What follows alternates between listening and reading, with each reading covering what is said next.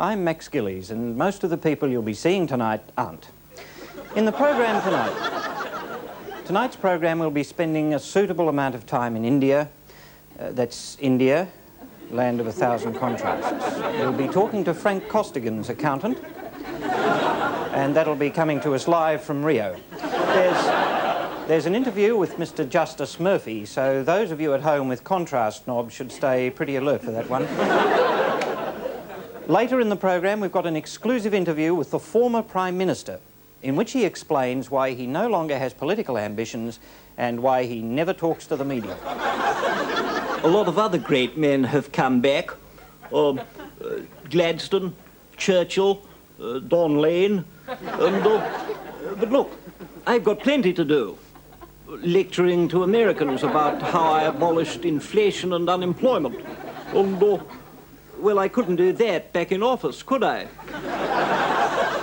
And these remarks will be sternly rebutted by an even more former Prime Minister who prefers to remain anonymous. If anyone's not going to push themselves forward, it ought to be me. Oh, Sonia, I think these are your teeth. All of that later in the program, but first, the news. Good evening. The nation tonight teeters on the brink of chaos.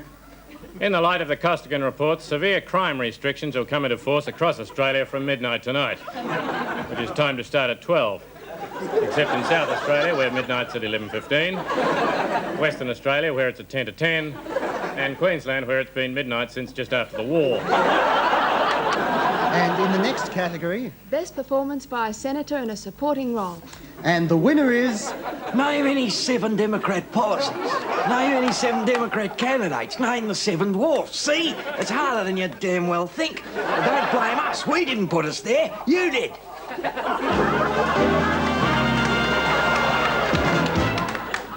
The Gillies report shares the ABC's traditional obsessions with quality, relevance and lack of unnecessary excitement. But we also understand the new ABC's competitive drive for ratings.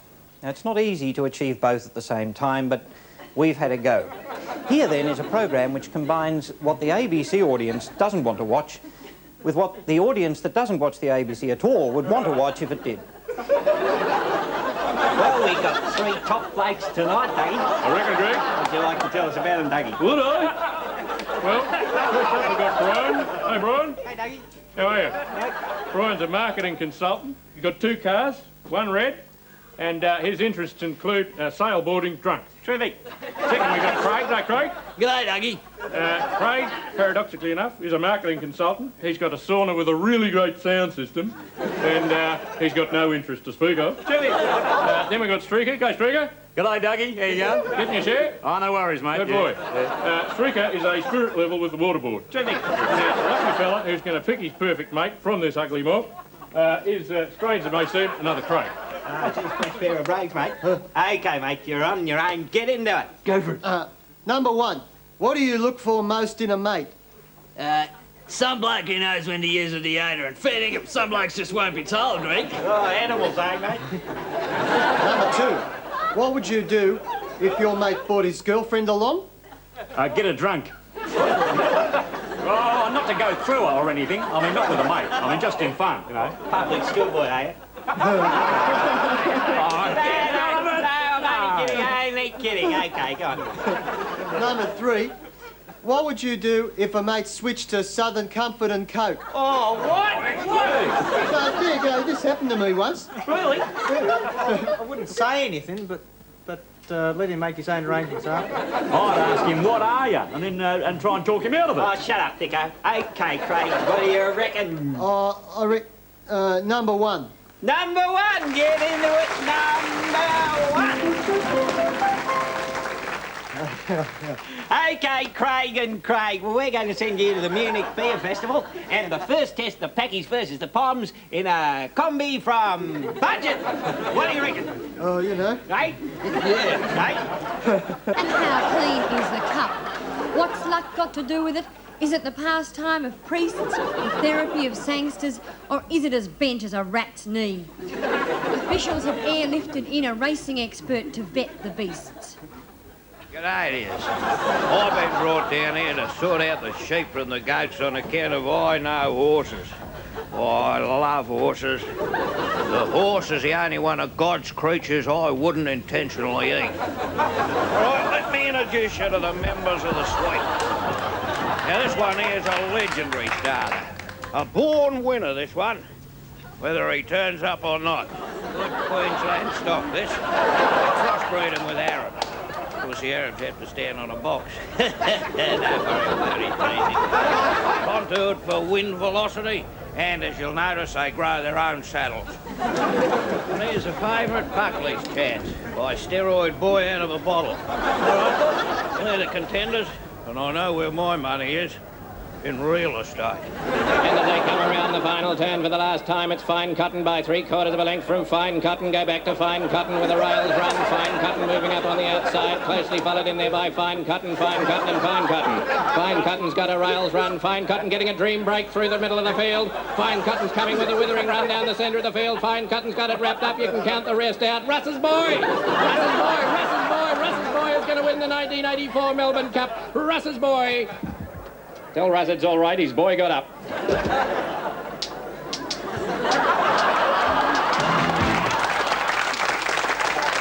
Royal Commission of Inquiry has been established, headed by Mr Justice, insert your name here, to investigate last week's incident in which members of ASIO's crack anti-terrorist squad arrested the National Art Gallery and questioned it by thrashing the balls of its feet with a coal chisel.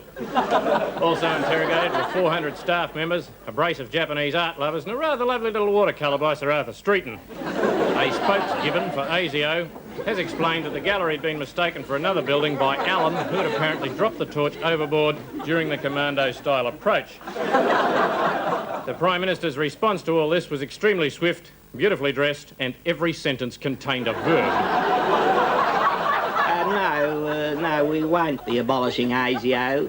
They've made mistakes, I know.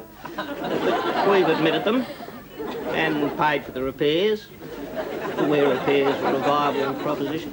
And we will continue to admit them and pay for them, so long as they're vital and valuable work both here and in New Guinea. In the interest of all Australians, this work continues to be ongoing and vital.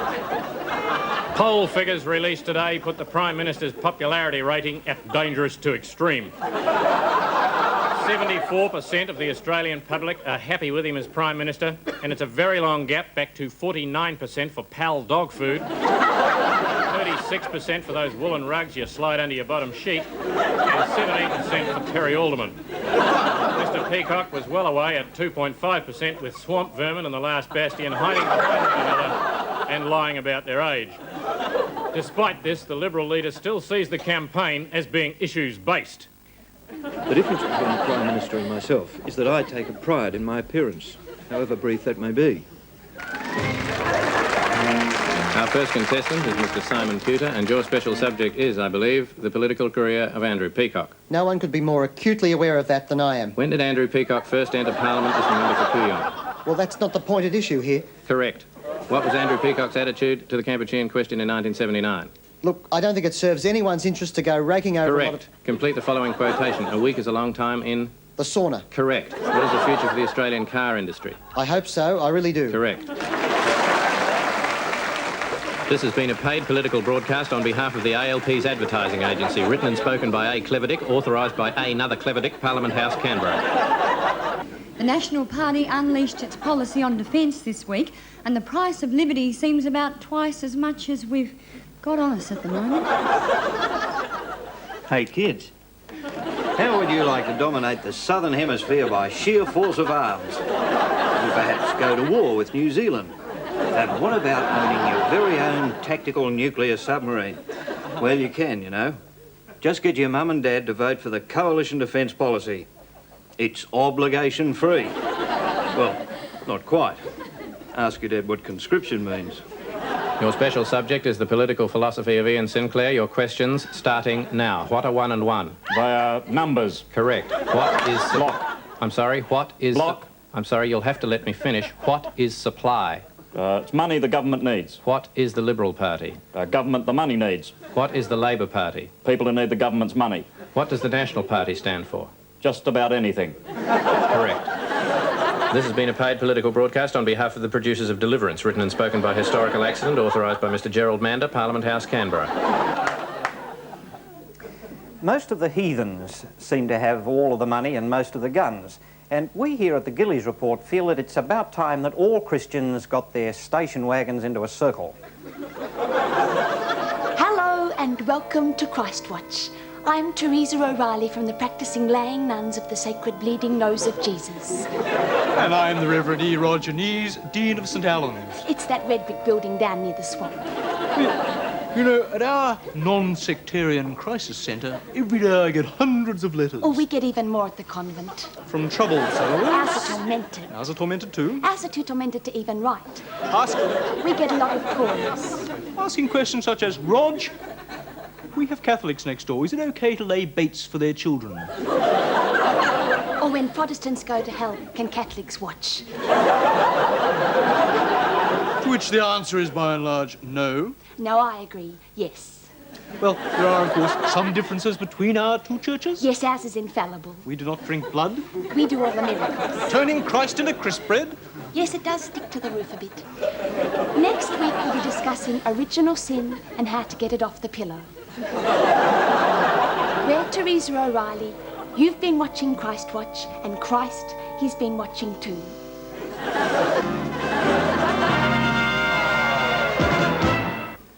Your subject is the policies of the Australian Democrats.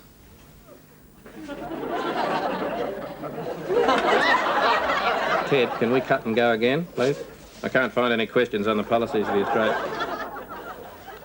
Yes, they've got some, Ted. They must have some, Ted. People vote for them.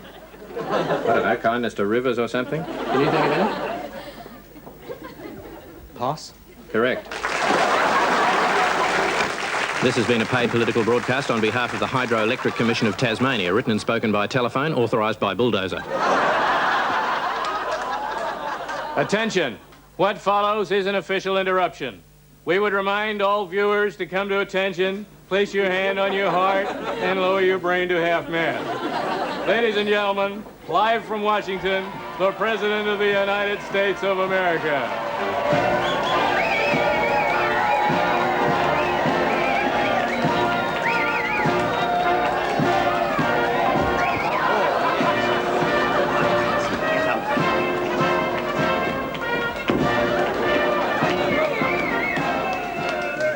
Well, 7 years ago, when I was 4, and my forefather was 7.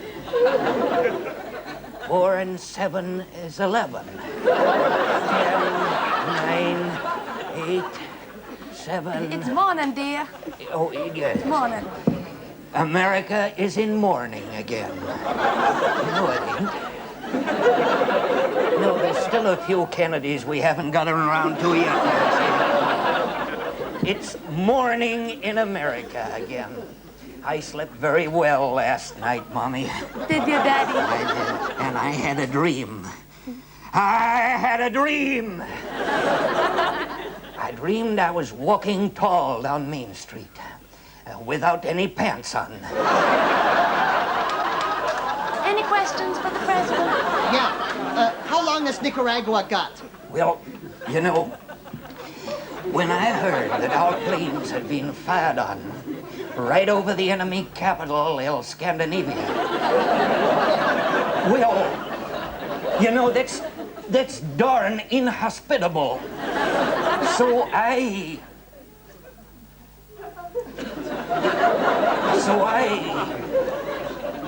had to act. I had to act.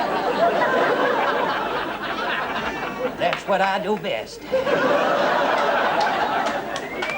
Sir, aren't they entitled to defend themselves? No! No. Well, we're trying to defend them for them. Against them. Mr. President, aren't our allies frightened by your foreign policies? Well, I know this broadcast is going to Australia, and I want to take this opportunity to thank Australia for its continued support. I love Austria. You know, I've seen all of your wonderful films. The Man from Sleepy Hollow. And I have great respect for your president, Mr. Yes. You have a great country there. What do you want for it? In keeping with the tradition of hugely overproduced and increasingly baroque big-budget versions of the dreadful, tawdry and pitifully shameful events of our recent history, we proudly present the following attempt to gloss over the facts. Live from the Victorian Arts Centre, and a bigger waste of money than the roof, we present Il Dismalissimo, Il Dismale, Al Pacino. We present the following musical tribute to November the 11th.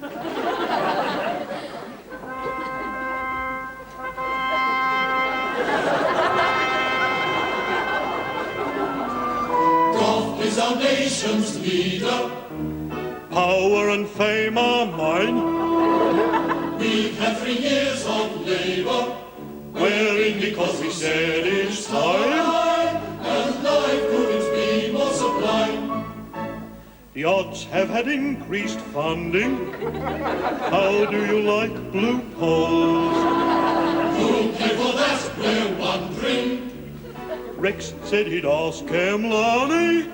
and we are in it up to our balls. Good God. It's time, all right. Time Gough, pissed off. Something must be done. I know. I'll go see the GG.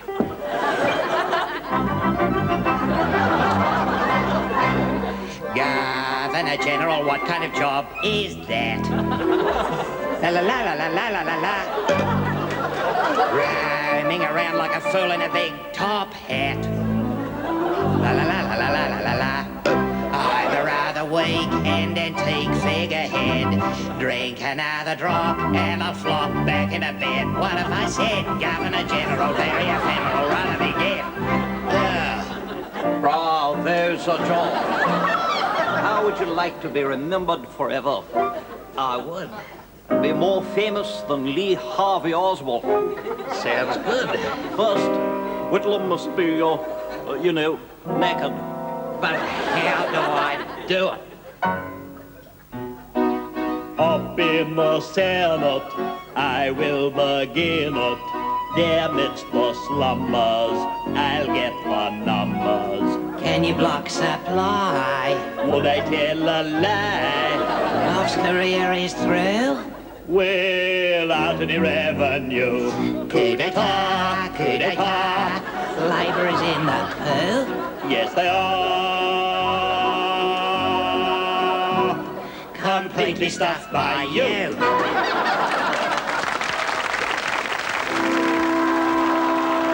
God has me here, down in Australia, 'cause giving Whitlam the sack. He will use his paws, most of which are ours, to bring our dear Liberals back. I'm pulling my vice-regal weight. He ought to be opening a fete. Look, he's read his constitution and called for dissolution. I dare say it is our responsibility. No, wait, I think Australia's a democracy. We should not like to interfere. Our role was never very clear. Most amusing, ha, ha, ha, so confusing, ha, ha, ha, very funny, ha, ha, ha. What's Kimlani? Ha, ha, ha, ha. Order, by order of the Governor-General, this Parliament has ceased to be. It is no more, it has gone to meet its maker, it is an ex-Parliament, it is completely bugled, the taxidermist is on his way. Shame, shame, shame, shame, shame. Sit down. Shame, sit down, get out, Shut up. Resign, shame, shame.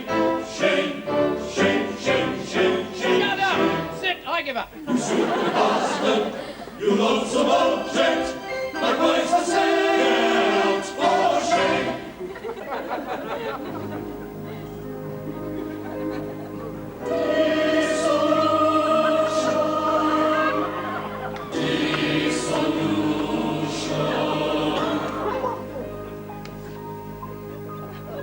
Parliament is disbanded. Kerr has been underhanded. Cut off in my prime today by the press and the CIA. Just like Allende. This is our history's blackest page. It's the indictment of the age. Oh, never again. No, no, never again. Maintain your rage. Maintain your rage.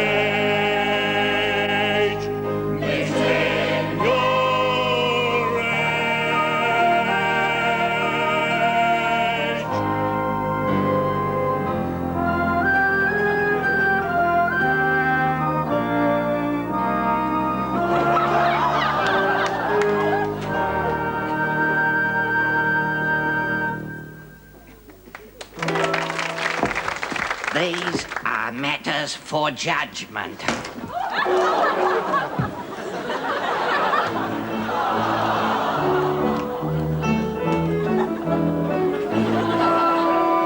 Now is our nation's leader. To the power and fame our men. Here's to a reign of terror and economic decline. Inflation is my long-term design. Big man, Your pal. big man, Your pal. big man is now our pal. Big man is now our pal. We might as well throw in the towel.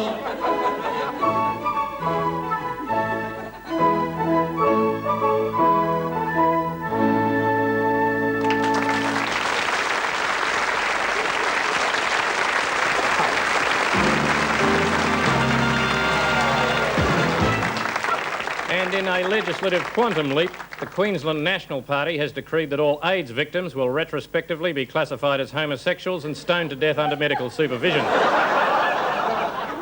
Federal politicians were quick to see this in a broader context. Sheep don't get AIDS. Think about it.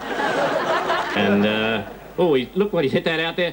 There's going to get a run. Australia's going to get a run. Australia's going to get a run. Australia's going to get a run. Australia's got a run. Got a run. That's a run, isn't it? It's a run. It's a run. Good heavens, Australia's got a run. Let's see that back. Good God, what's the total? What's the total? 2. Oh, you got an extra yesterday, That's right.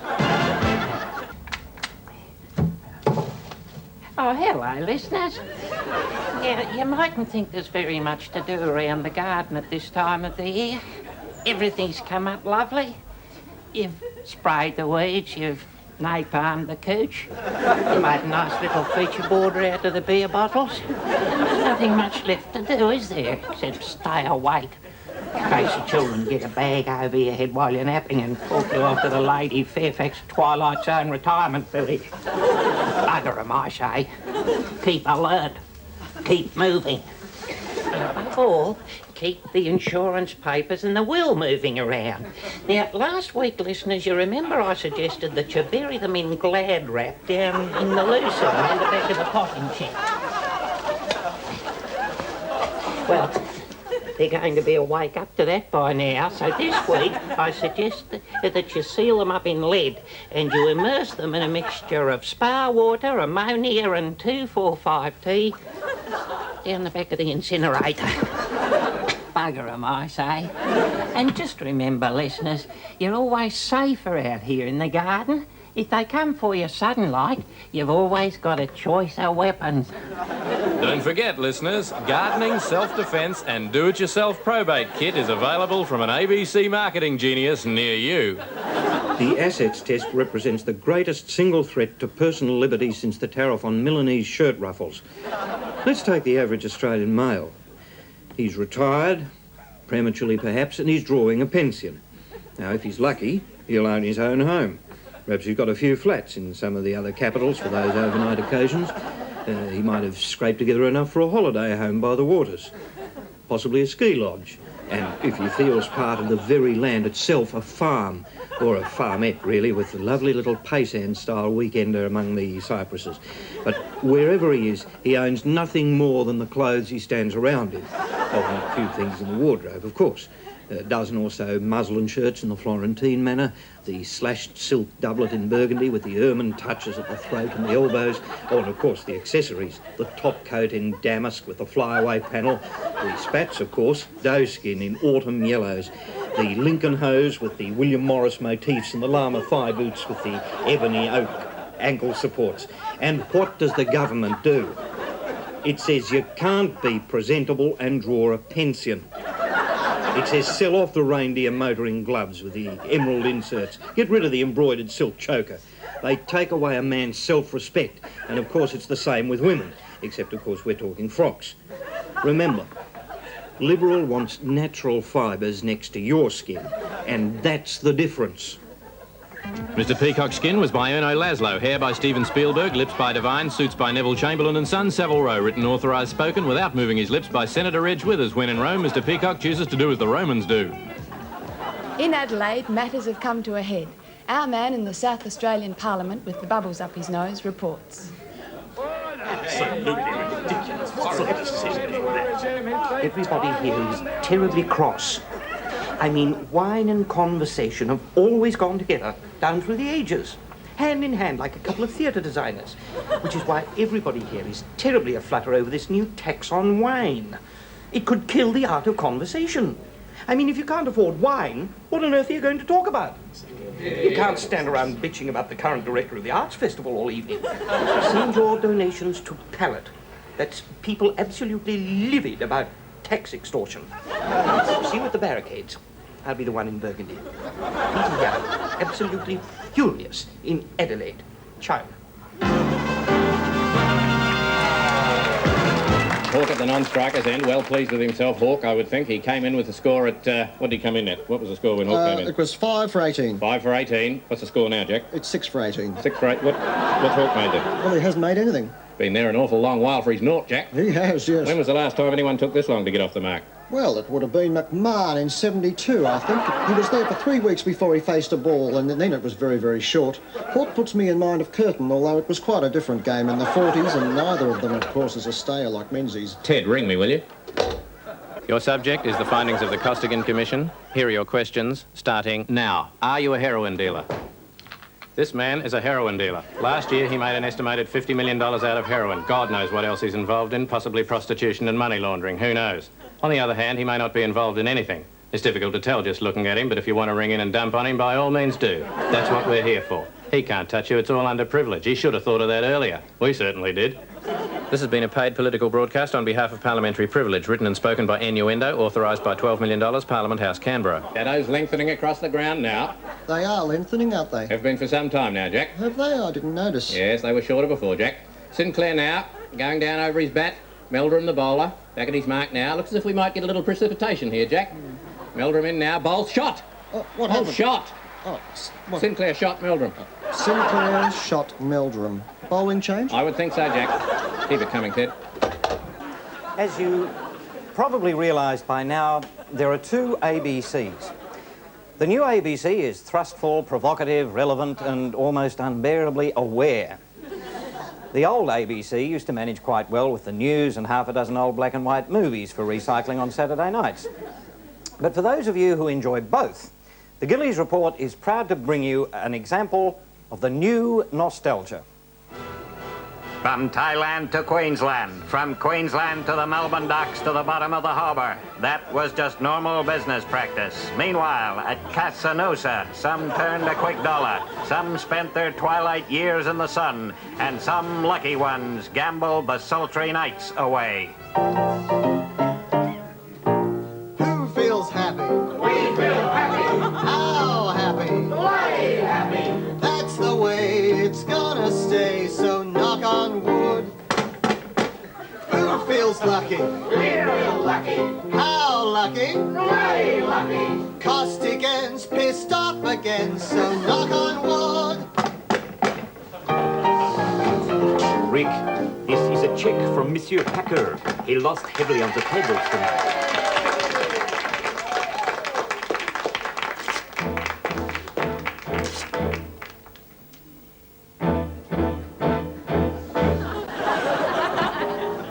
There's a rumour going around that the Nationals will block supply. That's not a rumour, that's a fact. But look, I'm the leader of the coalition. Now that's a rumour.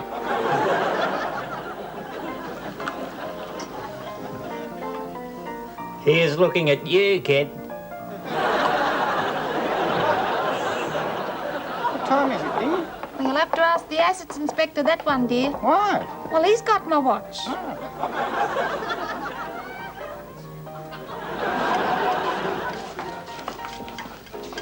Small business, eh? Times are tough for you people.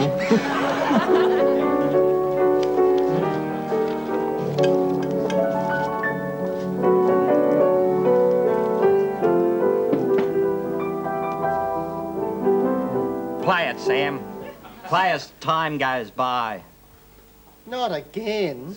It's not just for me you're playing it, Sam. It's for them. For all Australians, men and women, children, adults, tourists, dogs. Now just remember this, I'm no longer on the piss. I laugh and then I cry. The fundamental facts apply as time goes by.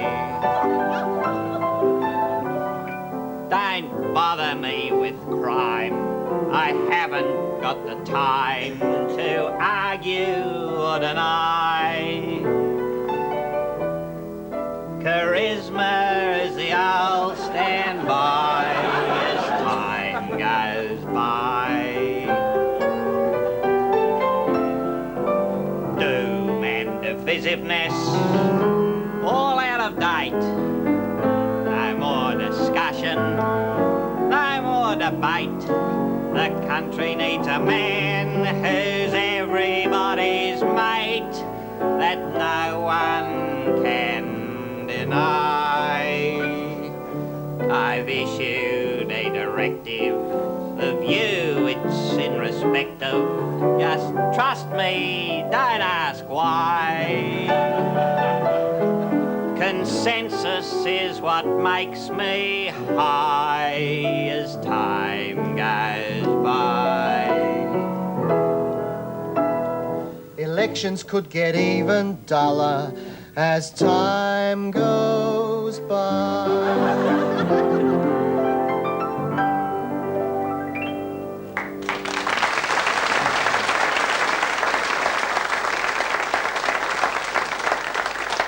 Of all the channels and all the TV sets in all the world, he had to walk into ours. And while we're on the subject of reruns... Do you park in a driveway full of beaten-up Renaults with inflammatory bumper stickers? Do you wear earth shoes? Are you a social worker with a full set of Red Gum albums? Do you think animal liberation isn't doing enough for sardines? Are you a closet Democrat? Ladies and gentlemen, Don Chip.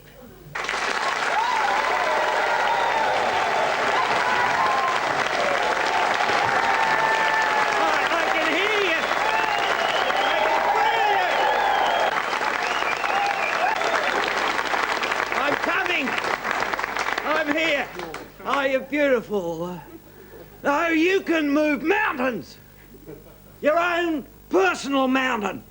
And it might seem like a goddamn molehill to you, But if we all move them together, we get a damn big molehill. Are there any goddamn questions? Don, have you got any policies that do not involve inland waterways? Oh, hell, we've got policies, Paul. We've got policies here. We've got a policy for every man, woman, child and puppy dog in Australia. No, I weep, Paul. I weep blood. Every time I see one of our kids, one of the millions of our kids with a puppy dog, one of the millions of our puppy dogs, and I ask myself, what can I do? I answer, bran. Natural roughage. You know, 9 out of 10 damn dog foods don't have natural flavour. Let's give those puppies and our kids a future. Dozens of bran-fueled power stations. Bran in one end, our kids' future out the other. And that's got policies. What about getting the kids some jobs? Oh, yes. Damn it, Michelle. I know what it's like to be out of a job. But I didn't just sit on my backside looking craggy. No, Michelle, I had a vision of me with a job. And I got it. And that's what I say to young Australians, Michelle. You can change the world. How? By keeping the Senate exactly the same. By voting Democrat, damn it! Look, a hell of a long time ago, I said, keep the bastards honest, right? Put the Democrats in the Senate. And you did. And now look at us. We're the bastards now. I mean, damn it. We treat the Senate like it was a private PR firm. I mean, we set up kangaroo courts. We let the tax dodgers get away with murder. And that makes me damn angry. Here. That's why we need more Democrats in the Senate. To keep us honest. And the next time we'll need even more Democrats to keep those bastards honest. And that's what it means to be a Democrat, Michelle. Thinking ahead. So what's your vision of the future? Hope, damn it. Hope. But I mean, I had hope. But you just look around you, Paul. Something's dying. Do you know, every time you say, I don't believe in fairies, a fairy dies. Even goddamn Tinkerbell's dying. But you can save her, children, if you believe. Well, when I say, do you believe in fairies? Tell me yes. Do you believe in fairies? Yes. I can't hear you. Yes. Louder. Yes. Yes, damn it. Yes, damn it. You did it. We all did it together. And I see a new Australia someday, full of solar-powered bicycles. Someday, full of natural fibre. Someday I wish upon a goddamn star and wake up where the clouds are far behind me, where troubles melt like lemon drops, way above the chimney tops. That's where you'll find me. Somewhere over the rainbow, way up high. If bluebirds fly over the rainbow, why then, oh, why can't goddamn I?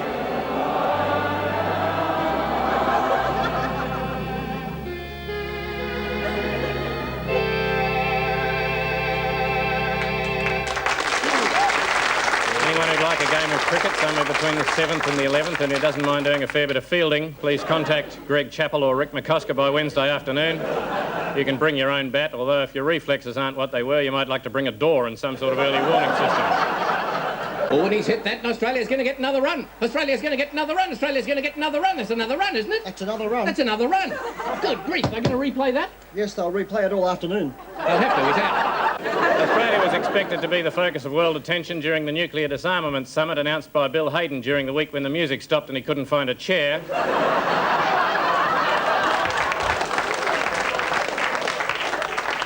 The initiative was expected to break new ground in that it wasn't a summit, it wasn't about nuclear disarmament, and it isn't going to happen.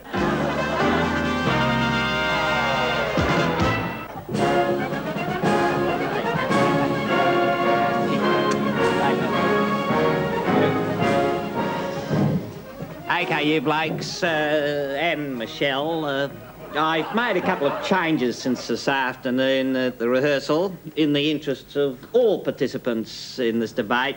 Most of them anyway, but the rules are the same. First, no smart-ass questions. This is a serious debate with me. And second, go easy on Andrew. Don't worry, I can keep my end up. That's not what I've heard. Agree. Just don't let him go on too long. Mr. Hawke, as a confessed agnostic, how does it feel to be a deity? Well, look, Ralph, if you're looking for a job at the lodge, son, you better get in the queue. Seriously,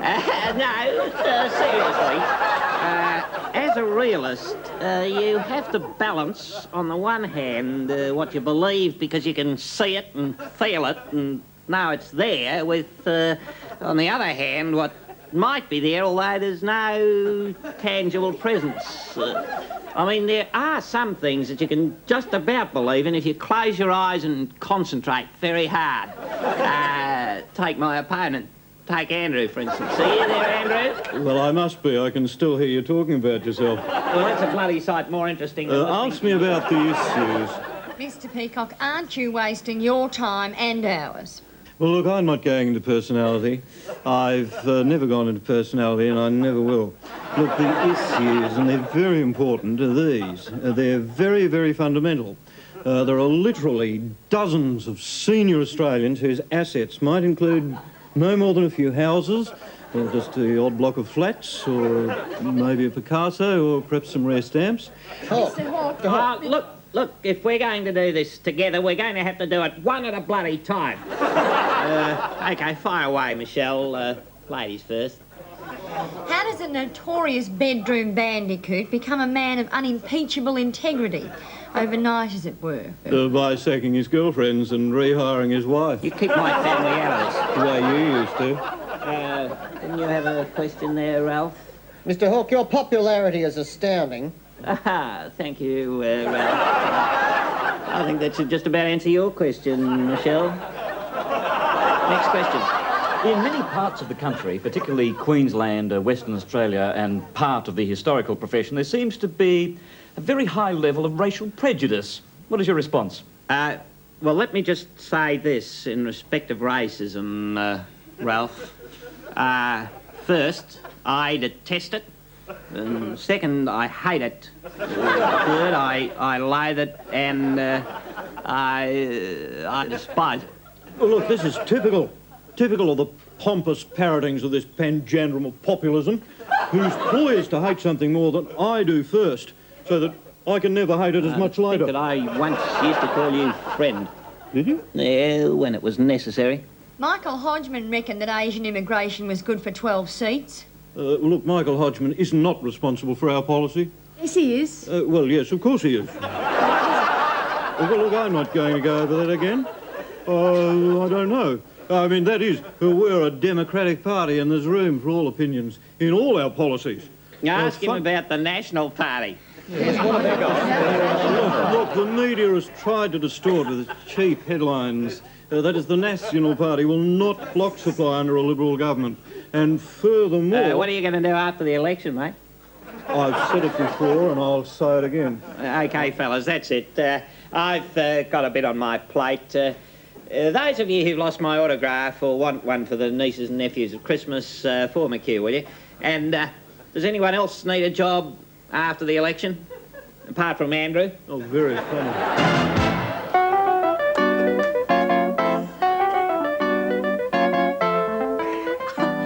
Let's go to the movie review. Do you want to do this now? Sure. Well, okay. Let's go to this week's movie review. Great idea. The movie review? Yeah, great idea. You better believe it.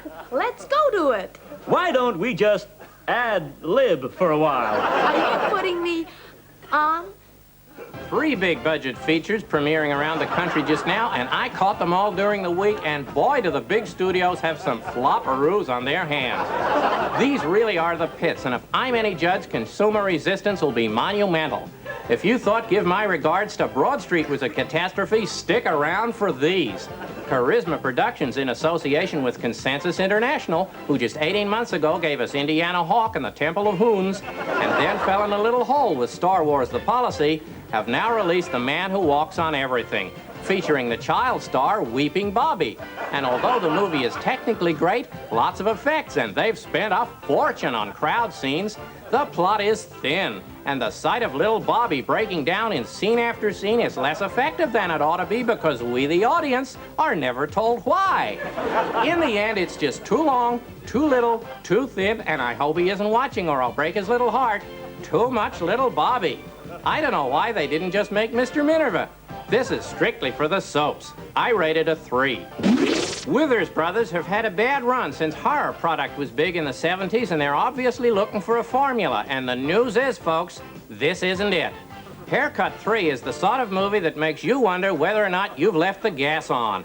Olivia Newton-John tries as hard in a title role as the script will allow, but at times you wonder if the writers are working for another studio. The songs are among the weakest ever recorded, and the songs are the strongest thing about it. The plot is at times juvenile, and if they think this is what the audience wants, then it's back to school for Reg and Tony.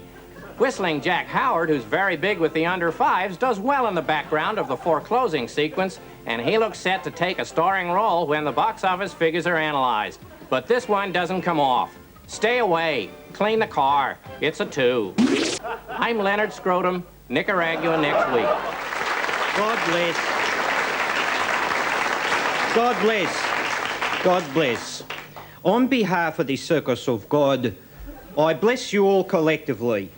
I will not be shaking hands with you individually this time. Well, we don't want to pass on any of God's little sexual penalties, do we? No. What has happened to Melbourne? Once it was a city of sober churchgoers and reliable public lavatories. But now I see people openly licking ice creams in the street of a Sunday. Or if they're inside, crowding around the video, that foul fountain of filth, watching pornographic so-called entertainment. Films such as Hot and Bouncy, Schoolgirls at Lunch, and 69 Not Out, and so forth and so on. It's time we all pulled the plug on this together. Sydney is already Sodom. Let there be no Gomorrah. Are there any questions? Reverend, aren't you hard on sex? No. No, we're not too hard on sex, but the Circus of God is not a one-issue organisation. As anyone who has studied the Kama Sutra from cover to cover will tell you, there are hundreds of possible deviations. The body is the temple of the soul. Do not turn it into a gymnasium. Reverend, should we stop it at once? Oh, not necessarily, but leave it inside the family. You know, Mrs. Colin and myself have enjoyed many magical moments of the most fulfilling, succulent and fully authorised sexual congress. And yet I am shocked and sickened so often when I'm walking our little retrievers, Jezebel and Onan, late at night, and I inadvertently see through the curtains the sort of lewd and lascivious and luscious motions employed by so-called Christians. For hours, sometimes. Reverend, what about abortion? Well, my friend, I see that Margaret is with us in the audience tonight. She has many answers to that question. Perhaps you'd like to give us a quick one, Margaret. Thank you, Roland. If I may answer with a question. When people say that abortion is a matter between a mother and her doctor, who's left out? Me, that's who is. And everyone else who agrees with me. Do you know what a fetus looks like?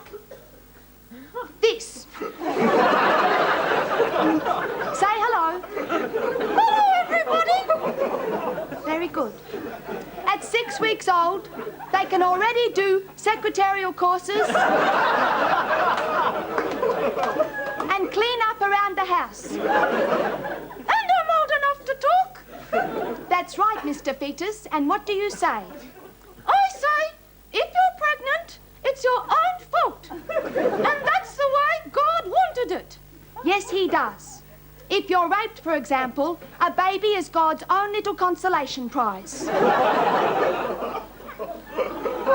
And if you die during childbirth, a baby is the best way to be remembered. Thank you.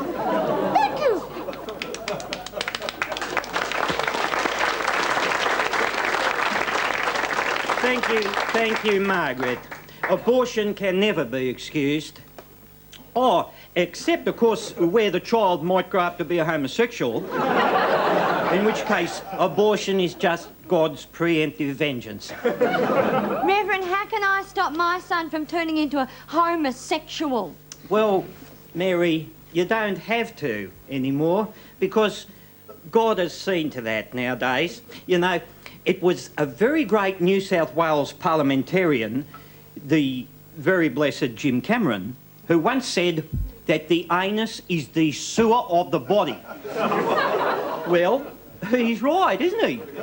And we all know what to do when our own drains at home get blocked up, don't we? That's right. We reach for a plumber's friend and we pump, pump, pump until the blockage is gone. AIDS is the plumber's friend of God. Oh, look at the time. Before I shoot off, here's a little song for the kiddies in the audience who need my guiding hand. If you go down to the woods today, you'd better not go alone. If you go down to the park to play, stay close to the public phone.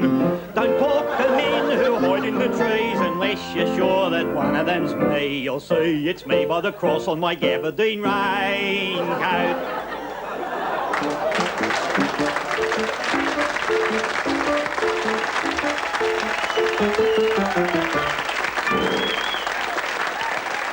Oh, g'day. Thingo here.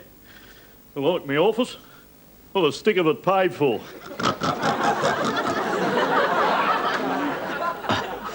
My new election campaign was a real challenge. Sell the mugs a nice warm feeling, which they're paying for. That's what the client reckon. Same as selling them a wank, I reckon, and we all had a few laughs and they give me this cheque. Go for the youth angle, I reckon. So I slung it at the average punter with the brain of a 10-year-old. Have a deco. The first time you'll see anyone singing the Aussie flag.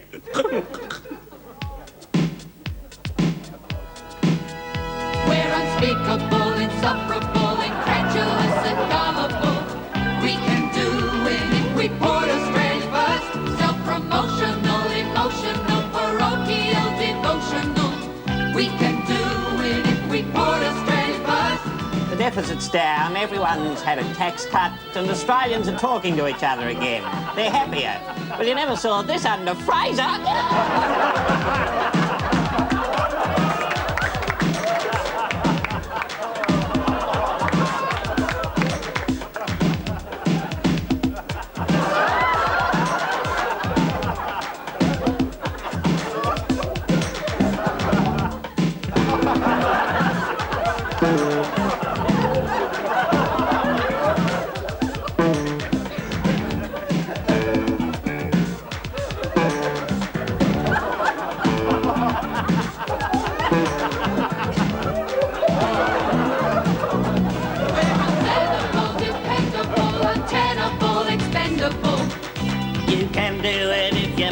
Australia first. We are jingoistic, narcissistic, supercalifragilistic. we can do it if we put Australia first. We're Australia, we are proud, we are stupid, we are loud. As far as this Prime Minister's concerned, we're performing again.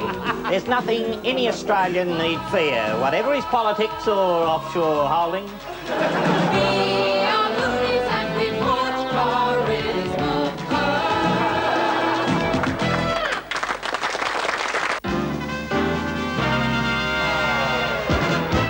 The Leader of the Opposition persists in the view that the principal issue in Saturday's raffle was job security. Oh, no, I don't think we made any mistakes. None at all. We were the better party with the better policies. And I think the Australian people accepted that. They just didn't vote for us. But that doesn't mean we didn't win. The Prime Minister has taken all this in his stride, while pointing out that it would have been a pair of strides if people had filled them in properly. Do you accept responsibility for the failure of the campaign? Yep, we made a mistake. We asked the people to put charisma first, which they did. But I suppose we should have told them to fill in the other boxes, and if we'd had a slightly longer campaign, I'm sure we would have got around to that. Mr. Hawke, Mr. Hawke, surely Mr. Peacock must have got some of the informal vote. No, I wouldn't say it was so much informal in his case as smart casual. And now a result just through from Adelaide, race 4 in Adelaide, Fine Cotton, Father and Son, and O'Dwyer's Pride. That's, that's race 4 in Adelaide, and the race there timed to start in about 20 minutes. The Ethiopian government today announced that had they had the foresight to marry Robert Sangster, they would currently have a food surplus and a reasonable crack at the Kentucky Derby.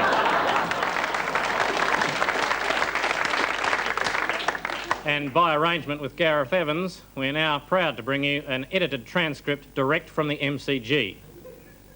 Howard to Peacock now. Short. Oh, fine stroke off the back foot. My goodness me, what a fine stroke. Yes. That lovely looking shot. He's looking quite good now, Peacock, isn't he? Yes, he's smiling a lot more now. Yes, he is. He hasn't hit a ball yet, but he certainly looks better.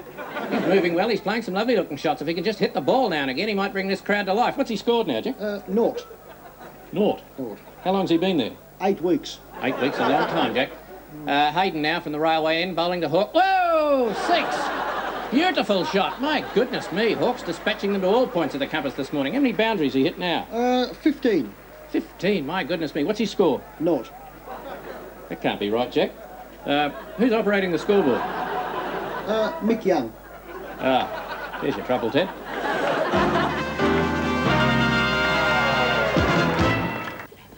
And today, we're on the track of the extraordinary disappearing politician. Just a few weeks ago, the shopping centres and airwaves were full of them, with their bright polished cotton plumage and teeth, their shrill beseeching cries, attacking small children with quick pecking motions. And now, nothing. Some, of course, have returned to their electorates to die. Some are simply hibernating between poles, and others have completely disappeared of their own fundaments. Most of them just go underground. Oh, look, there's a typical hole one of the little rascals lives in. I'm putting my hand in, and yes, it's being shaken. Shaken quite hard, too. It's a little bit moist. A little odour of fear. Perhaps there's a recount going on. And now, I'm really quite frightened. I'm going to put my whole bottom in. And I'm going to make a noise, just like a newspaper proprietor. Hold the front page. And, yes, it's being kissed. Positively kissed. I like being a naturalist.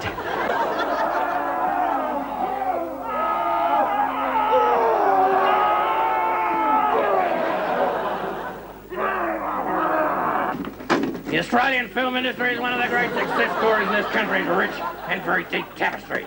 Nowhere in the rich tapestry of the Australian life is there an element quite so pulse-quickening as the Australian film industry. Many of the people who work in it are geniuses. Persons of unusual intelligence, persons with insights of staggering profundity. Persons very often with brains 4 and 5 times the size of the average. The films themselves are incredibly beautiful. Much of the incidental music is deeply moving. I'm standing today on the set of a new and compelling movie by the deeply sensitive Melbourne-based genius, Vincent Van Immigrant. Darling. Well, the last shot won't cut with this shot. Don't bother me with details. Well, it's just that Harry was wearing... Shut up! I'm trying to make off here! Vincent has already enthralled dozens of moviegoers with his avant-garde movies such as Lonely and Miserable and My First Suicide. This current project, Manic Depressive, is a 3-hour internal monologue about the problems of being an ASIS agent. Just a moment. Now, what is this? It's a door. Yes, it's a door. What door is it? A door in the Sheraton Hotel. You fool! This is the door to your subconscious mind. Now, I want to see Dowd. Dowd. Fear. Love. Loathing. Try aggression. Migraine. You got a headache too. We use it. Do it.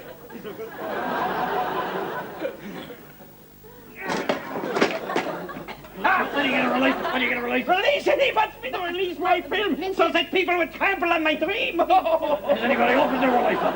No. Hoyts, for instance. Hoyts got them in their cashmere sweaters and their borders while your borders doing their popcorn. Vincent, we can't release it until we shoot it. Will you shut up? Vince, you see this as art, do you? This is art. This country hates the artists. Well, they hate me anyway. But I'll show them. But what are you going to show them? Well, I'm not going to show them my movie for a kicker. It's mine. Faster! But Vincent, we've already shot this scene 4 times. Get up! Or have we? Stop doing it. We shot it. I've just added the arts portfolio to my part-time job as Attorney General. It's a tribute to my intelligence and your good luck. Now, one of the projects we've taken over is the film about the Sheraton raid. It's got spies and phone tapping and so forth, but I don't see any conflict of interest. I'll be treating it with all the seriousness it deserves. It's a raid with a jemmy and a hand grenade. The boys from ACES out on the spree. Why can't someone give us the key? It's a joke. John the carry dagger and cloak.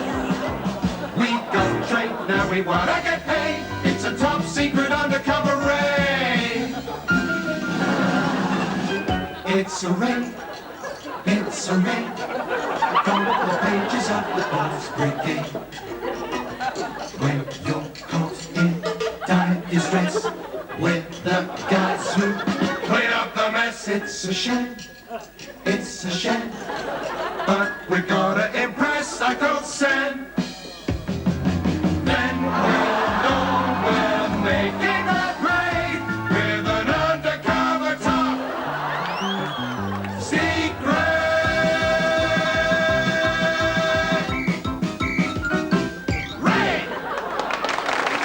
The award for the Best Australian Film of the Year has been made, against my better judgment.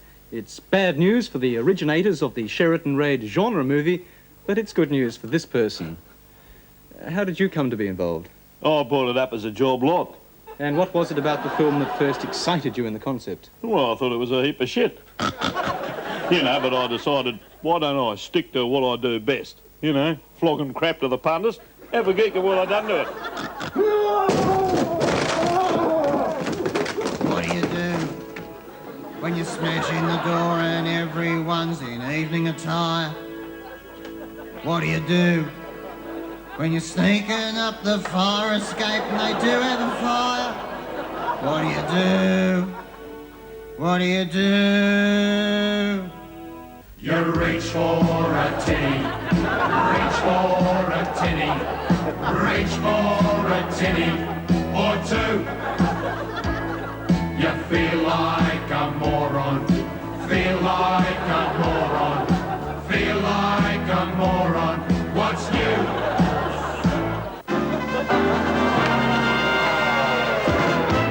American defence scientists thrilled a capacity crowd this week with the news that they've developed a tactical anti-radiation pill that will enable pilots to stay alive long enough to bomb Russia. A more general application for civilians looks likely if they can come up with a chemist shop that can withstand nuclear attack. And now, children, Remember last week when Alice and her sister were sitting by the river and Alice fell down a hole in a voting paper and the ALP said, eat me, and the Libs said, drink me, and she ate a bit of one and drank a bit of the other, and then everything went all funny? And Mick Young ran away through a little hole in the skirting board? Curiouser and curiouser. Well, now she's caught in a series of summit meetings and doesn't know what's going on. The time has come, The Walrus, Mr. Acting Liberal, Deputy Speaker, Adelaide. to speak of many diverse and interrelated things that underpin the present debate. I call upon the government spokesman for shoes, ships, sealing wax, the arts and defence support systems to respond to the claim that he made in this House on a previous occasion certain remarks concerning it was brillig in the slithy tove and various other piffle about gyres and gimbals and waves and so on. Shame! Sit down. All in favour? No. Against? Yes. Right. Carried. Who are you?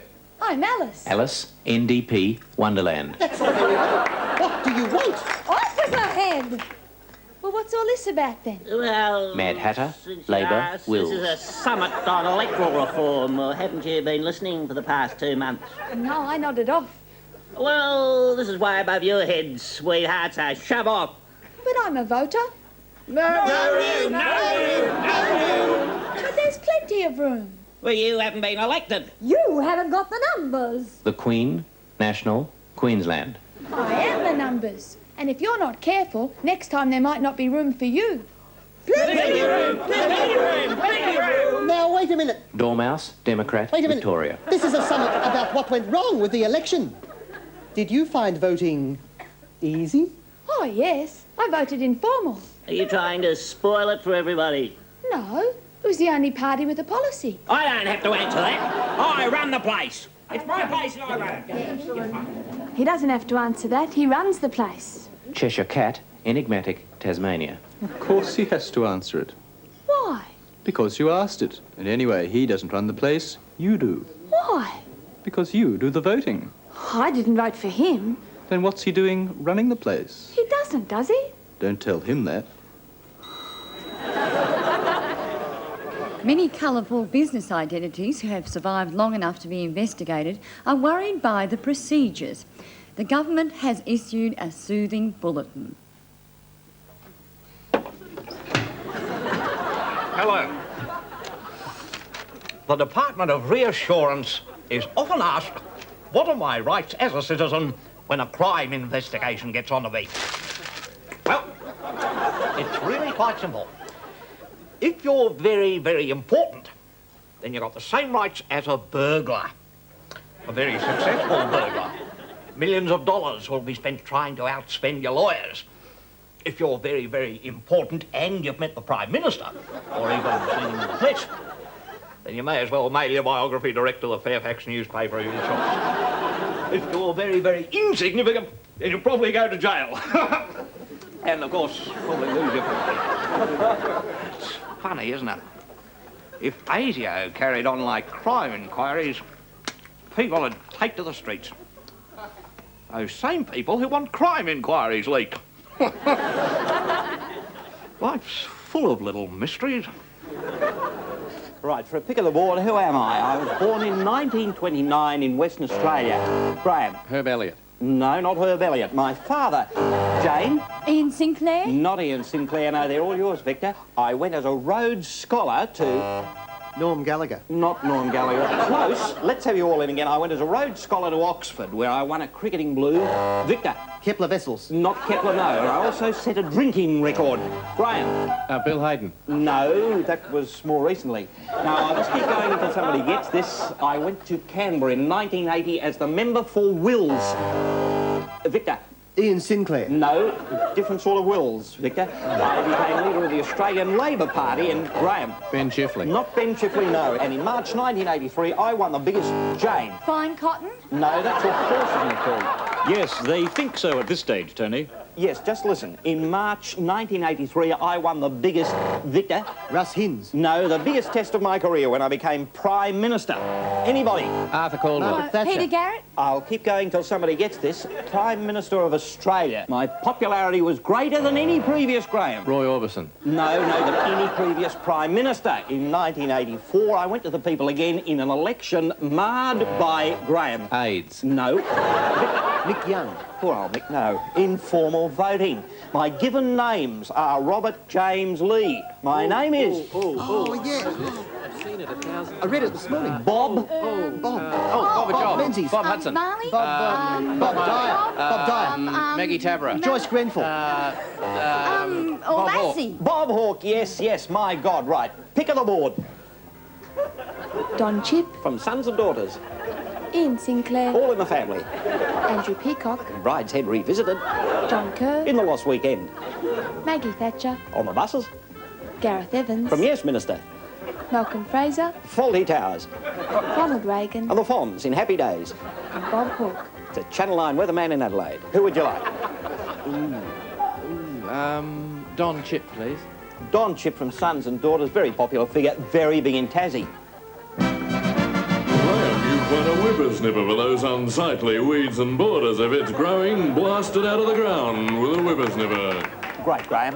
Which politician was the money behind, Narelle? All the others, Tony.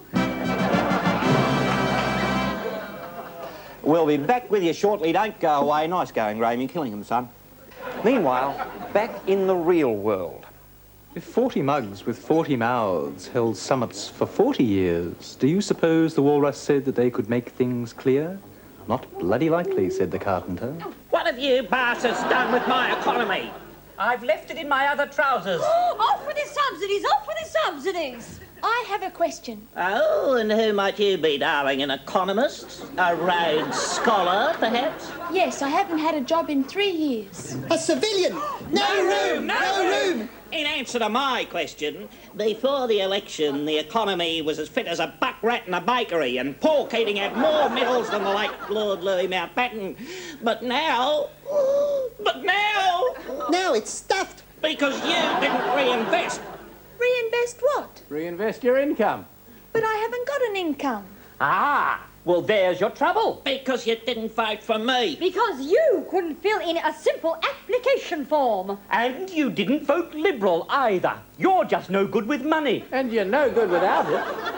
I haven't understood anything you've said. Oh, well, we'll just have to explain it all to you again. Perhaps this will refresh your memory. M stands for money. 1 through to 10. I will explain. It's really very plain. M1 is the dividend when overseas investors lend a given sum at interest rates to equalize their tax rebates. Fluctuating sales accrue amounts which we will call M2. This is taxed at 8% depending on M3. M3's cash flow, negative or positive, indexation will determine this. Short or long-term futures markets are assured. Fluctuations may affect M4. And 4? He told you that before. Now, take the small investor in the public sector. This requires creative economic planning. Expect a new prospectus. Securities protect us when there is a retrospective freeze. But indirect taxation leads to more inflation. Gold and silver's revenue you never knew. And M6, diamond deposits hidden in the closets. Under work for years, now they're De Beers. In your share portfolio, M5 and 6 are trading slow, so inspect the banking sector. Public sector. Business sector. M1 now is all tax-free, indirectly through M3. Futures traded from now on are money in the bank. Now compounding. M2 profit plus M4. See page 20, financial review. M1's moving out of London to the north. M2, 11222112.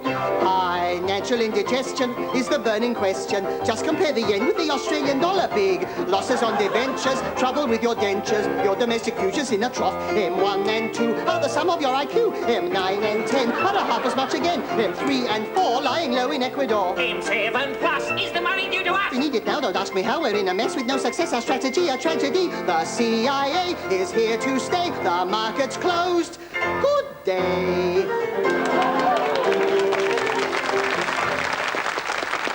Hey, buying time. Jane is in front. All right, have a look at this. Roxby Downs uranium mining complex, nestled away in South Australia, digging the stuff up 90 to the dozen and hocking it to anyone with a credit rating. Hours of fun, plenty of jobs for the Labor government down there, earning a bloody fortune. Normal price, $8 billion. From Bob Hawke and Garrard Sale of the Century, $5. No, I don't think so, thanks. $1,000 cash, Janie. Yes? No? Yes? No. Christ, we get them all on here, don't we, Terry? OK, how do you spell acquiesce? Victor.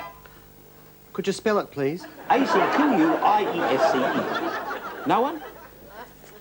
What colour is uranium? Graham. White?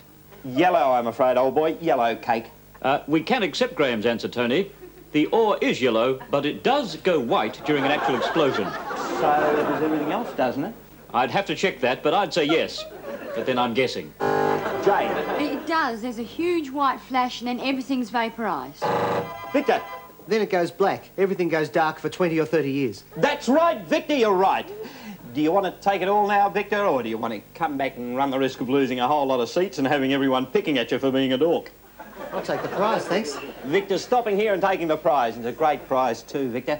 The Queensland holiday for two. In fact, we can go better than that, Victor. You don't have to go to Queensland. We'll bring Queensland to you. Shift out the walls. G'day!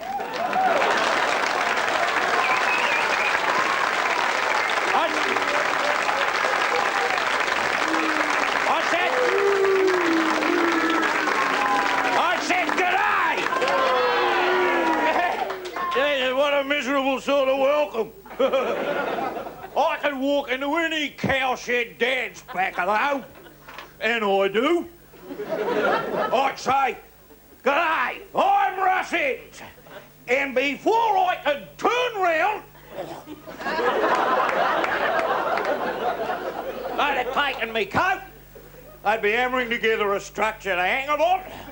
I'd have a bucket of prawns in one hand, a bucket of forex in the other. And men would be dragging their women folk in from the washing up bin just to pay their respects. No, but I tell you what, I'm down here to sell Queensland on behalf of the government, which is fair enough, since the blokes in Cabinet own most of it. Queensland's calling you. Queensland's lying up there on its back in the sun calling out, "Do it to me!" The only problem we got is lies being put around by some of the other entrepreneurs. Take New South Wales, for example. For years, I reckon that New South Wales was the crime centre of Australia. Well, that's just downright dishonest. Take a look at the sun-drenched coast around Noosa. Hundreds of miles of beautiful coastline and not a copper in sight. Hey, what about culture, Russ? Culture? When I hear the word culture, I reach for my copy of Brisbane by Night. Seem to have mislaid it. Has anybody seen it? It's only a tiny little book. It's only got a few pages in it. About the size of a black fella's paycheck. Oh, golly, I'm a scallywag, aren't I? Anything else up there worth looking at, Russ? Oh, my word. There's democracy in action for a start. We got a proper constitution in Queensland. Look, here it is. The Queensland Constitution. This was run up by a couple of very clever fellas. Stock agents from Rockhampton, they were. Now, it's all done in pencil, in case we need to make a few parliamentary reforms, such as pissing the Liberals off like we did in the last election. Hey, did you see the advertisements we run on television? Oh, we got a lot of mileage out of them ads. They're just the same ones we used for the Yellow Peril, the Red Menace, the Threat from the South, the Fraser government, the Whitlam government, and all the other bastards. We just run a different soundtrack over the picture. I expect we'll be dusting the film off when we need to kick the bum out of the Abo land rights business too. I wanted to stick in the bit where they rape your sister, but Joe reckons we've got to be responsible about that. Can anyone have a deco at this constitution? Of course you can. There you go.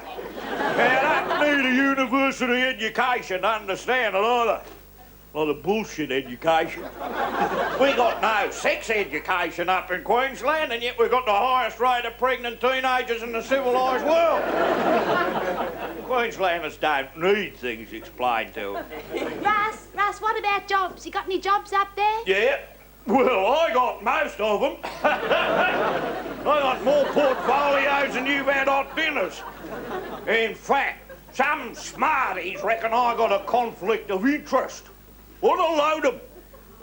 I mean, look, if you're Minister for Racing and you keep an eye on the TAB, what's the common thread? Horses, right? Well, I got heaps of horses. Now, that's not a conflict of interest, is it? That's a convergence. Russ, do you want to be Premier? Oh, no. Joe's the boy. He represents Queensland. And I am Queensland. Now he's really working for me. Queensland, over alles. Nothing quite like it since John Foster Dulles.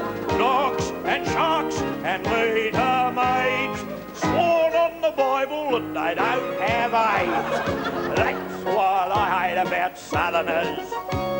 Liberal commie scum.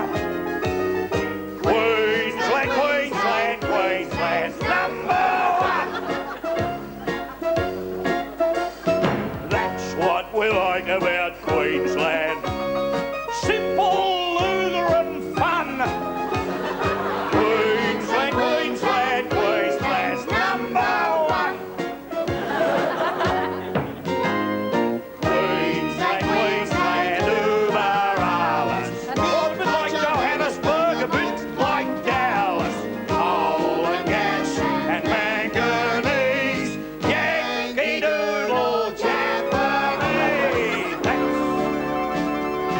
That's what we like about Queensland. The Bible and Bundaberg rum.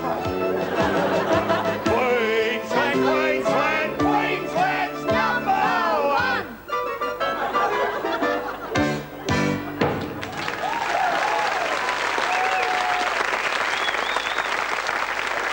Good evening.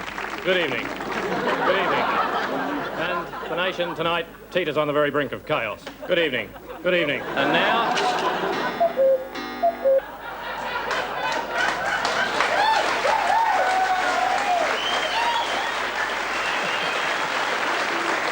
The official strike and stoppage roster was announced today for the Christmas-New Year period. Interstate air crews were out early this year because of a need not to conflict with the transport and bus operatives' walkout scheduled for the 22nd. The shop Santa's work to rule has been shifted to the 23rd. It was on January the 8th last year, and organisers said it failed to bite. Although, of course, this proposal will not be ratified until lawyers go back in July. Poll figures released today show that if a federal election had been held on December the 1st, the fact that the Democrats had prevented the proper electoral reforms from going through to Senate and passed a half-baked version of them that confused hundreds of thousands of voters would be picked up by journalists who hadn't picked it up earlier and blamed on Mick Young, who'd solved the problem in the first place. Mick Young himself had a relatively quiet day, moving about his electorate, wishing the constituents a very happy Easter.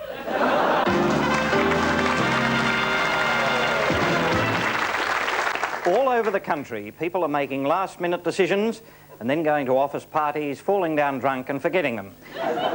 Before they do, our interstate team has filed this last-minute report.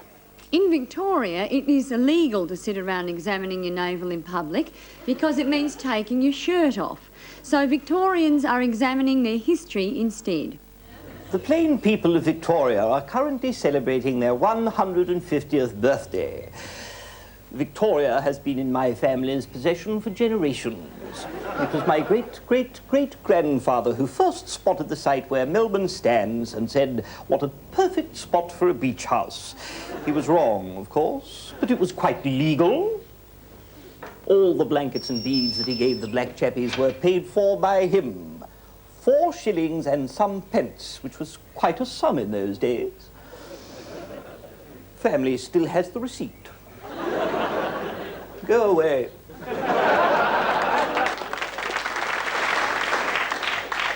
Ever since the Darwin cyclone, people in the Northern Territory have started celebrating Christmas a week early, just to be on the safe side. If the whole place falls over again, they won't even notice. Jesus! What day is it? Monday. It's a bit close to the weekend to tell if anything much has been going on over here. Why don't you try home at the post office? This is Brian, Brian, top end. And now our regular columnist continues his ongoing debate about the meaning of life. If he seems to go on a bit, it's because he's been paid by the word. Tuesday. I heard in the club that Mrs. Gandhi was dead. What a terrible blow for everyone in India. It seems the practice of shooting our world leaders now makes no allowance for the fairer sex. It must stop. Wednesday. This drug business is getting out of hand. Not long ago, I was talking to a taxi driver who told me that he'd recently left the police force for this very reason. He's a nice fellow, despite a peculiar tendency to sniff repeatedly and grind his jaw. He said it was an occupational hazard, something to do with Sydney's heavy traffic. When I think of spoon bending and ESP and illusionists of all kinds, I sometimes think of me. Take the Australian Film Commission, for instance. I get together an enormous sum of money, and hey presto, you'll read heaps of advance publicity, and later on you'll read a few reviews, and you'll actually persuade yourself that you've seen a local film. But there aren't any. We've just gone through a few simple motions. Some of them were world class, though.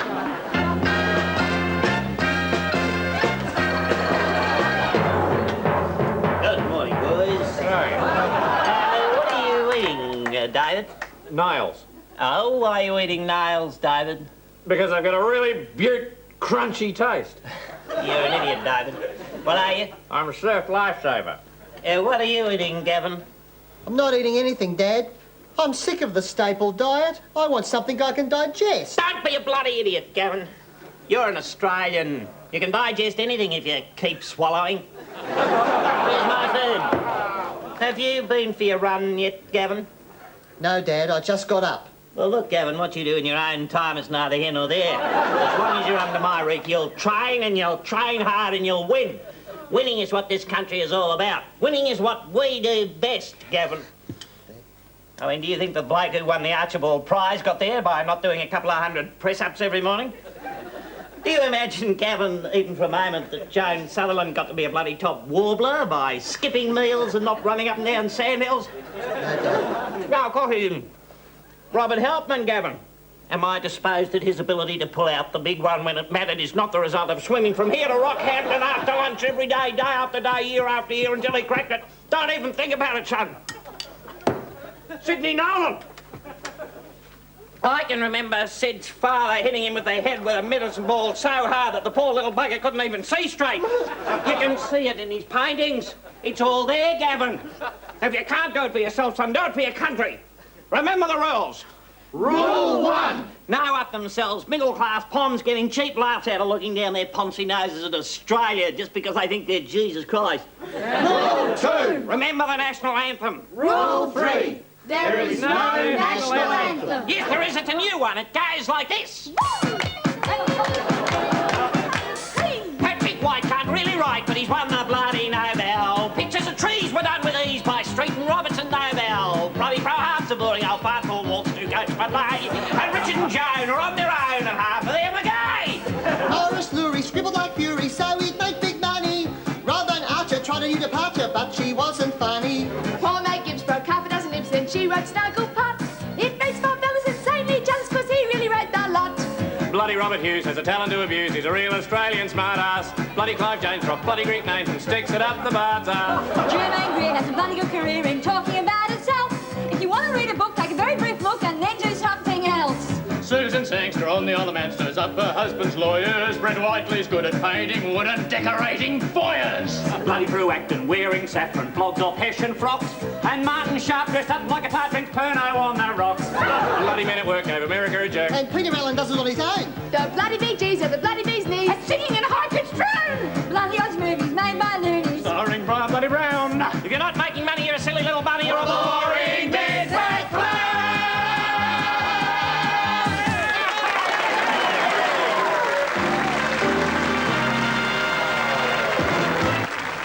People who think they can celebrate Christmas in the traditional Christian fashion and drive the car home afterwards had better think again. All right, settle down. Now, just a word about our police blitzes over the festive period. There's a rough element every year, isn't there? And if we're going to come in on triple time, then you might as well know who we're after. Those louts who are dropping wheelies in the caravan park and terrorising campers at 3 a.m, for heaven's sake, we'll leave it to the police who are trained for this sort of thing. And the youths who are fooling around in the sand dunes, cut it out.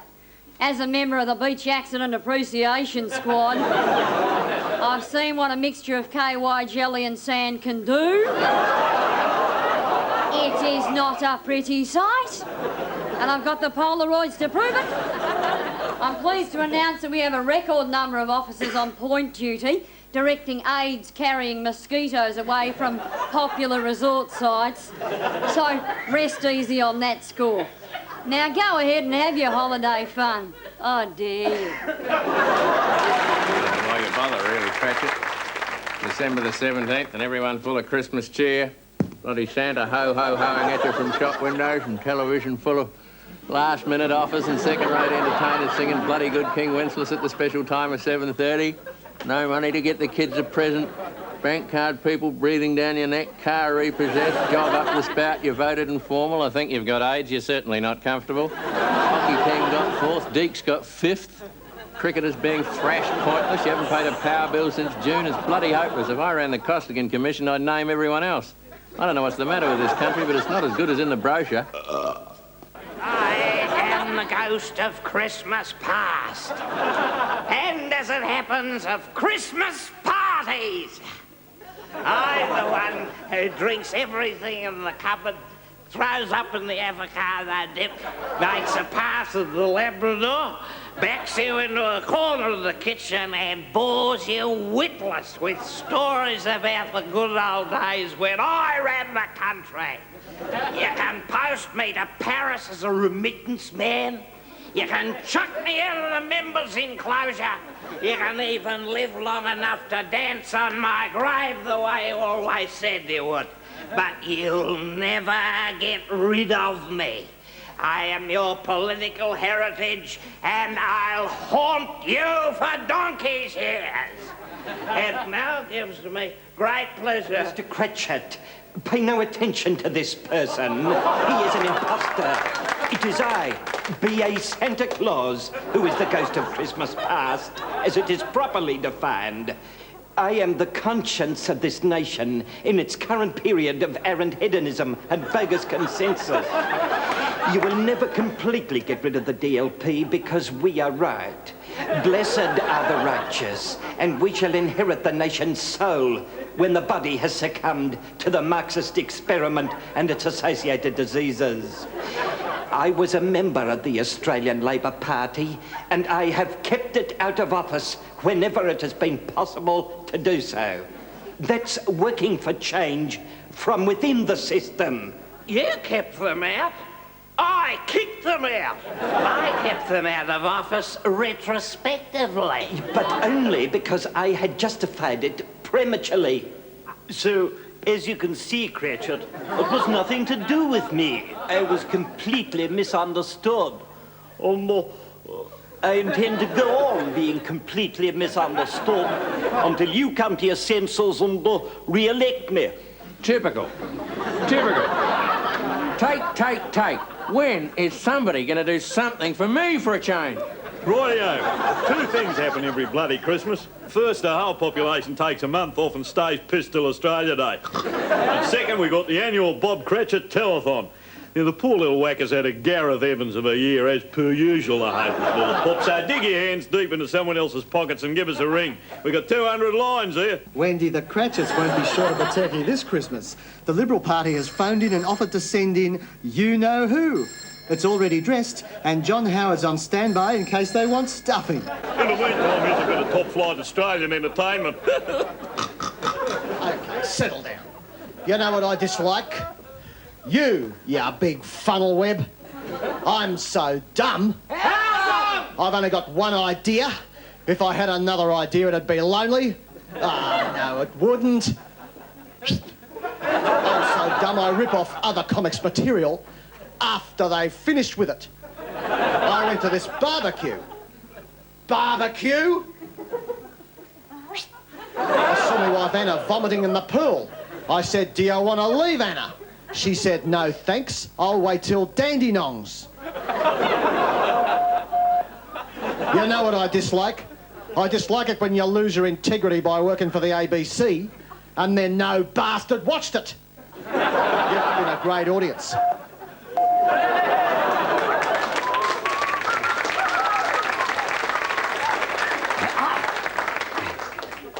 Hello. Do you know, over the years, I've examined thousands of species of living thingies, from great big grrr ones to tiny little scuttle ones. And I've calculated that if every beastie we've ever filmed performed normal, evacuations and wee-wees, the whole planet would be 4 feet deep in poo. Well, why isn't it?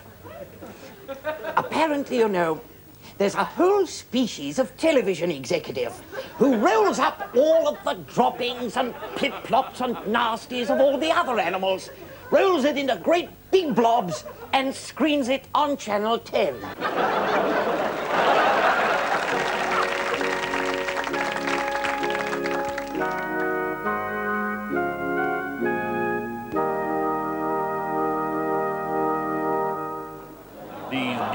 Dead days I now live through resemble those when I ruled you. Deathly dull the years accrue, it's splendid. Remember when the map was red, and red meant British? At their head a fairy princess born and bred. Her virtue I defended. I did but see her passing by, enough to make a grown man cry. I still can't get my trousers dry. How splendid. Those days when I could play my tricks in cricket as in politics, won only through the stuff that sticks. All decent life has ended. Well, I'm glad I'm not alive anymore. I'm glad that I'm as dead as a ferret. Contemporary opinion in Her Majesty's dominion no longer recognizes men of merit. He's glad that he's in heaven today. He's glad that he's in heaven today. I feel one has the time to recall how the rosy British belly stretched from Suez to New Delhi before the natives mastered bat and ball. Windsor, Balmoral and Dover, Cairo before the wogs took over. And it could be truly said, better off dead than red. but he doesn't feel so chuffed. Now the Commonwealth is stuffed. Oh, I'm glad I'm not alive anymore.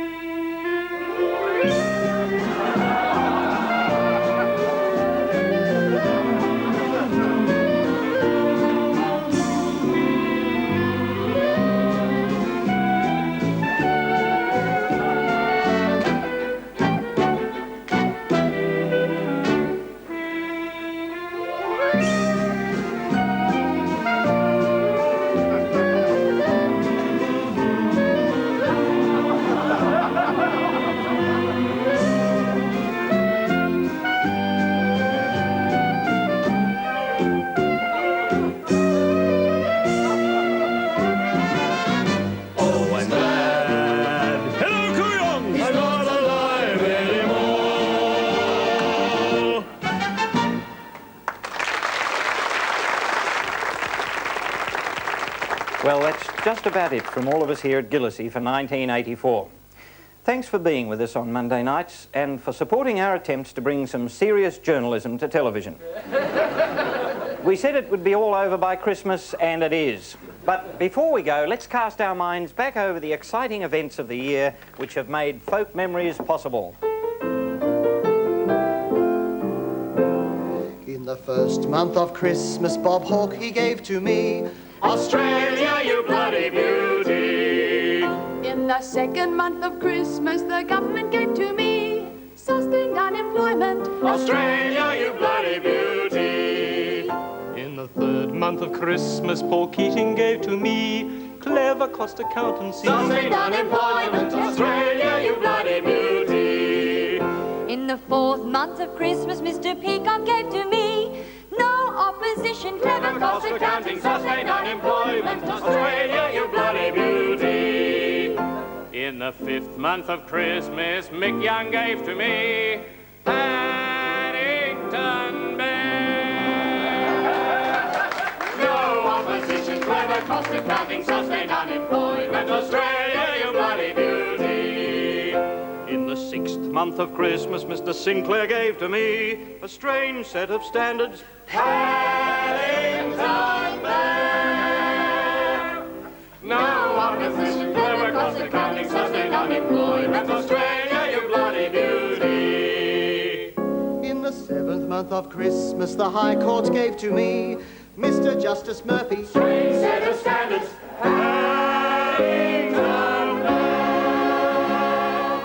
No opposition, clever cost accounting, sustained unemployment. Australia, you bloody beauty. In the eighth month of Christmas, horse racing gave to me fine cotton ringing. Mr. Justice Murphy, strange set of standards. Paddington Bear. No opposition, clever cost accounting, sustained unemployment. Australia, you bloody beauty. In the ninth month of Christmas, the PM gave to me quite a lot of crying. Fine cotton ringing, Mr. Justice Murphy, strange set of standards. Paddington Bear. No opposition, clever cost accounting, sustained unemployment. Australia, you bloody beauty. In the 10th month of Christmas, the cricket gave to me comprehensive thrashing. Quite a lot of crying, fine cotton ringing, Mr. Justice Murphy, strange set of standards. Paddington Bear. No opposition, clever cost accounting, sustained unemployment. Australia, you bloody beauty. On the 11th month of Christmas, the voters gave to me ballsed-up election. Comprehensive thrashing, quite a lot of crying, fine cotton ringing, Mr. Justice Murphy, strange set of standards. Paddington Bear. No opposition, clever cost accounting, sustained unemployment. Australia, you bloody beauty. In the 12th month of Christmas, Mr. Reagan gave to me nuclear weapons, balls up election, Comprehensive thrashing, quite a lot of crying, fine cotton ringing, Mr. Justice Murphy, strange set of standards.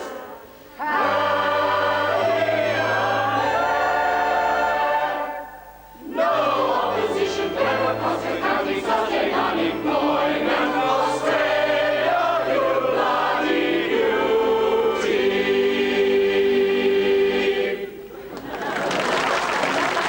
Oh, by the way, the answer to this week's quiz question was Bethlehem.